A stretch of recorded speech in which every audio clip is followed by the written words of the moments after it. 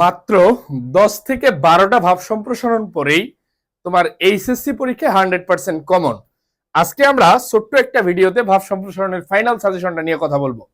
প্রথমেই খুবই গুরুত্বপূর্ণ যেটা আসার মতো, সেটা হচ্ছে খুবই গুরুত্বপূর্ণ যেটা আসার মতো, যেটা প্রথমেই বলবো এটা হচ্ছে ভাই, অবশ্যই অবশ্যই তোমাকে 100% এই কয়েকটা সবগুলাই পড়তে হবে। বাট এই টার্মটাকে একটু বেশি গুরুত্ব দিচ্ছি আমি। কি বলছি এটা? মানে স্বদেশের উপকারে নেই যার মন, কে বলে মানুষ তারে পশু সেই জন। এটা একটা। আরেকটা খুবই গুরুত্বপূর্ণ এবার আসার মতো, স্বাধীনতা অর্জন করার থেকে স্বাধীনতা রক্ষা করা কঠিন। কি বলছি ভাইয়া?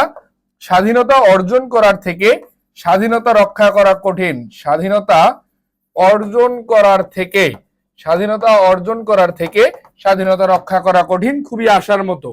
এর পাশাপাশি তোমরা এই কয়েকটা একটু দেখে যাবা। কি কি ছিল?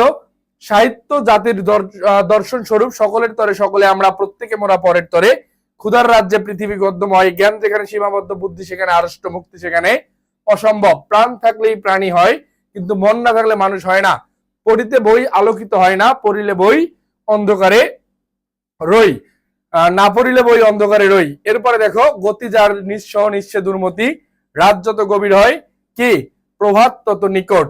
তুমি তোমার প্রস্তুতি। এরপরে জ্ঞান যেখানে সীমাবদ্ধ, এটা আমরা আগে লিখে ফেলছিলাম।